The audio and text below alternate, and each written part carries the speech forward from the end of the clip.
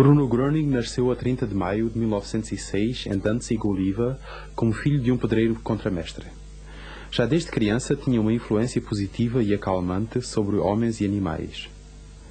Depois de frequentar a escola primária, começou uma aprendizagem no comércio que 2 anos mais tarde rompeu a pedido de seu pai para aprender carpintaria. Mas também aí não atingiu o fim, pois a sua firma teve de encerrar antes de terminar a aprendizagem, por falta de encargos. Na Segunda Guerra Mundial foi chamado ao exército, em 1944 foi ferido e em 1945 foi feito prisioneiro pelos russos e posto em liberdade para a Alemanha Ocidental em dezembro do mesmo ano. Arrendou uma habitação em Dillenburg, Essen, onde organizou com refugiados da região sudeta a obra de auxílio aos desterrados.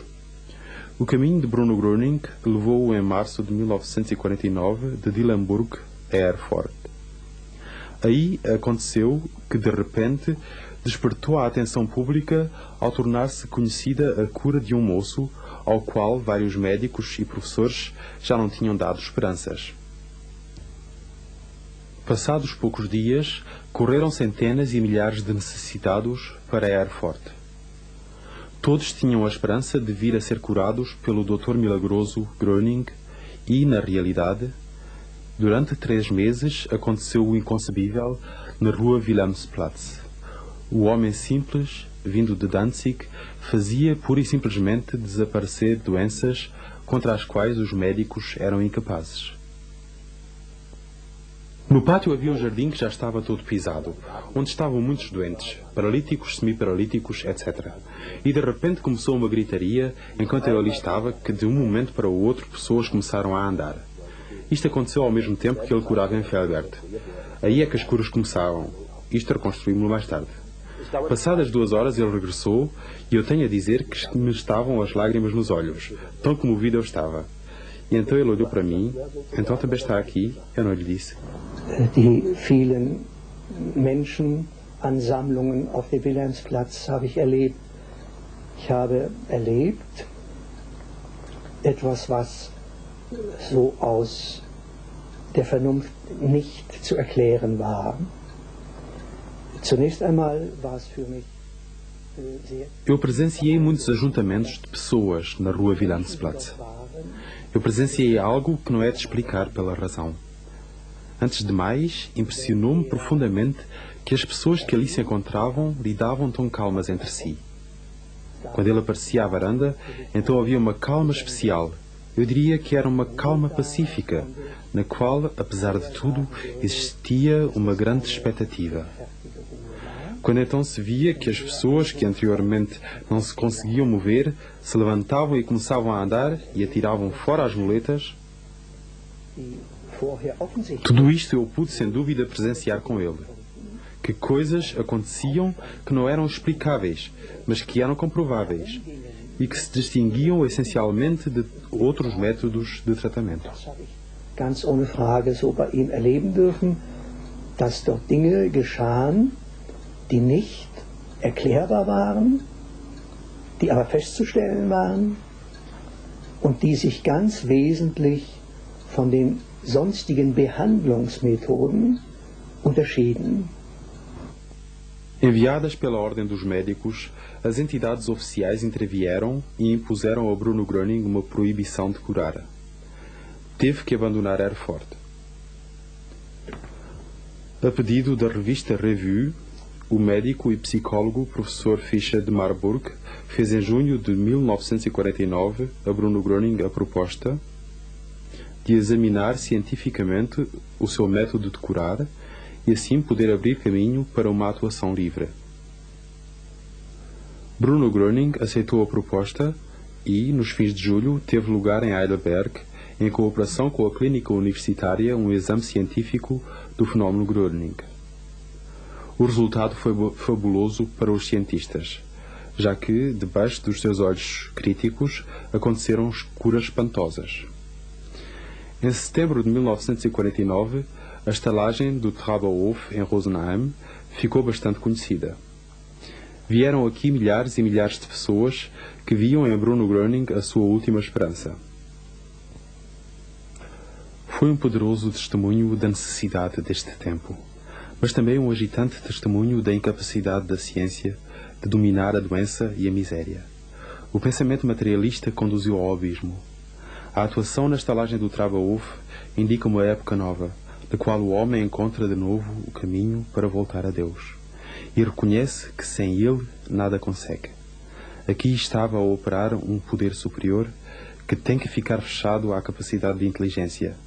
Bruno Gröning só apareceu à varanda, falou às pessoas e o inacreditável aconteceu. Pessoas paralíticas deitavam fora as muletas e podiam andar. Cegos começavam a ver.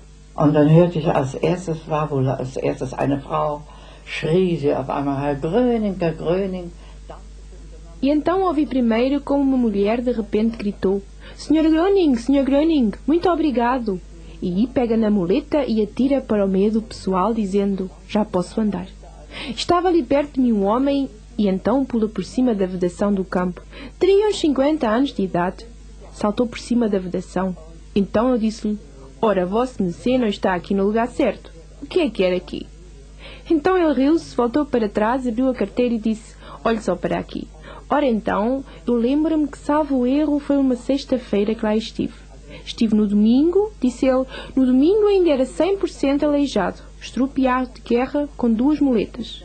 E aí ele mostrou-me o cartão de identificação em que era dado como 100% aleijado de guerra e disse: desde aí que ando. E 4 ou 5 dias a seguir pula por cima de uma vedação para cavalos, que terá cerca 1 metro, terá sido com certeza, para que os cavalos não saltem por cima, que aquilo era uma quinta de cavalos. E só com uma mão saltou por cima. Und wissen Sie, wie ich dann da ankam und aufstieg? Also da habe ich gedacht, also sowas gibt's nicht. Warum? Also da waren Menschen. Quando lá cheguei e desci do carro, ora aí pensei: é inacreditável. Havia uma multidão lá fora em frente ao Traba-Off. Eu dizia que eram milhares de pessoas, em cadeiras de rodas, paralíticos, crianças a chorar com eczemas, que era um dó vê-las. Pode-se dizer que era um exército de miséria? Uma multidão de miséria? Sim, uma multidão miserável. E esta gentinha toda estava comprimida contra as janelas do Traba-Off, pois onde nos encontrávamos havia uma grande sala com janelas à volta.